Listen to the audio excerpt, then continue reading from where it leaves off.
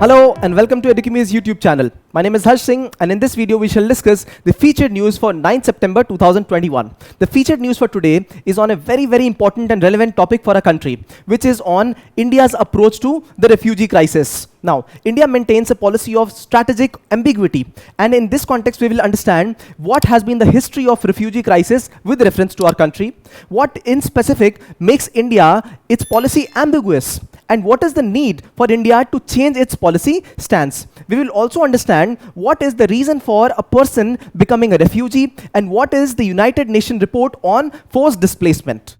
A person does not become a refugee by themselves. They are forced not to come to their own land, and it can be possible because of certain issues. For example, their own persecution. There can be various factors because of which one can become a refugee. United Nations Forced Displacement Report of 2020 stated that it has been 10 years in which we have seen an increasing graph of the people who have been forcefully displaced out of their own homes. So last 10 years we have seen an increase in this number, and not only an increase in this number, we have seen that since 2010 and now this is the year 2020, the numbers have doubled. The number of refugees have doubled. This is one thing. There are 1% of the people around the world have now been forcefully displaced. This is what the United Nations Forced Displacement Report says. And we have also discussed a snapshot on the same. India is one of the major recipients for refugees. Now, a person, as I mentioned, does not become a refugee by themselves. There are various kinds of migrants. Now, migrants, they go from one place to another because of push factors or pull factors. So pull factors are something, for example, I need better employment. I need to stay at a better place. I'm all right now, but I need something better. So this is a positive approach to it. But when a person is forced to move out of their place for protection, for fear of persecution, in this case, this is where a person might seek asylum. Now, asylum, if it is approved by the particular government, becomes a refugee, right? So a refugee is a person who is not in their own land, right? They are not able to return to their own land, or they don't want to return to their own land, and also they are facing some sort of persecution. Now, asylum seeking can be done for various reasons. Fine. One is fear of persecution. Another is also a very strategic reason. For example, if one wants to leak some information from one country to the other, from the parent country to another country, they might seek asylum. So there are strategic implications to asylum. However, refugee is a human crisis, human resource, human management crisis, and there are various policies around the world for management of refugee crisis. So one important 1951 convention is on United Nations Convention on the Refugees, and this has not been signed by our country. There are various issues because of which people are forced to move from their homes to some other place. One important factor is the climate crisis. If there is less food production, what will they eat? So they start to move to another region. One good example is the people moving from South Sudan area to Sudan, to Mali, to Chad, nearby areas. And we have seen crisis happening there, right? Now, we have also seen in one of these snapshots, what are the reasons for forced displacement of people? Persecution. Now, what about the people of Afghanistan? What about the people of Syria? They move out of their own place, their own home because of persecution. Hunger. People moving out of Somalia because of hunger crisis, right? And they face persecution in the nearby countries also, right? What about war and civil unrest? We have unrest in a country like Myanmar. We have unrest in a country like Venezuela and various other parts in Africa as well. So there can be various reasons because of which people are forced to migrate from one place to another. And India has been one major recipient of the incoming refugees.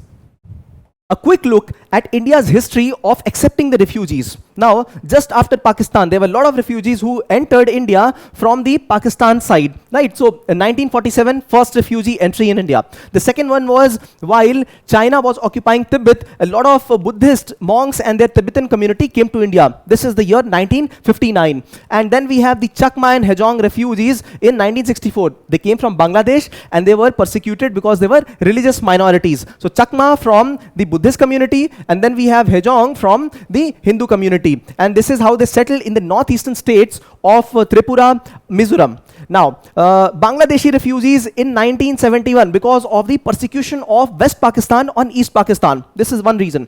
Then we have the history of Afghanistan, and we have discussed this in one of the feature article on Afghanistan and how India gets impacted because of Afghanistan. So 1979 was the first time when there was a huge turmoil in Afghanistan and people from Afghanistan came to India. And then we had the Sri Lanka crisis, right? So LTTE, that is the Tamilians, and then the Sri Lankan people. So the crisis led to some people coming in India, Tamilian Sri Lankan people coming to India. And then we see the Rohingya Muslims coming to India because of the persecution by the Myanmar Janta.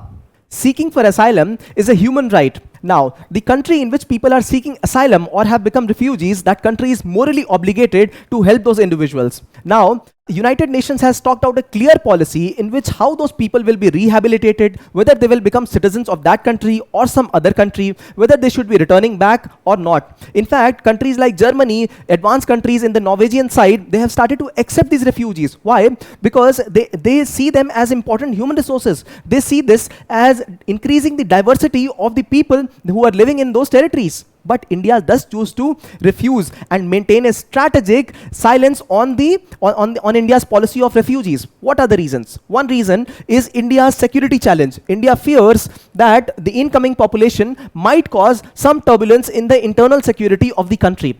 India is already a poor country, and therefore the economic needs, the political social needs of the already Indian population is so much that if we have more incoming population, we will have greater liability on the country. Now, this is the reason that India has an ad hoc policy on refugees. Sometimes it accepts, sometimes it does not accept the refugees. But what is the way forward? The way forward for the world in the present context, in the ethical context, in the advanced context is India must have a policy on the refugees. India must sign the legislation on refugees, and India must accede. That means India must agree to the 1951 UN Refugee Convention, right? So the conclusion of the article mentions the same, that there must be objectivity and inclusivity while we talk of the refugees in our country, right? This could be a good conclusion, good way to balance the answer, right? Now, after having understood the various dimensions of the refugee crisis in our country, the history of it, the various angles why India does not accept right now, and what are the reasons it must accept. Also, understanding the various dimensions, why are people from around the world moving to different places? What is the concept of forced displacement?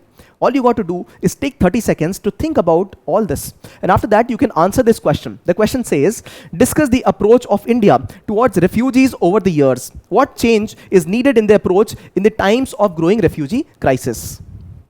If you like this video, if you like our effort, do share some love on us through comments, likes, and shares. If you subscribe to the channel, you will receive timely updates. Thanks for watching.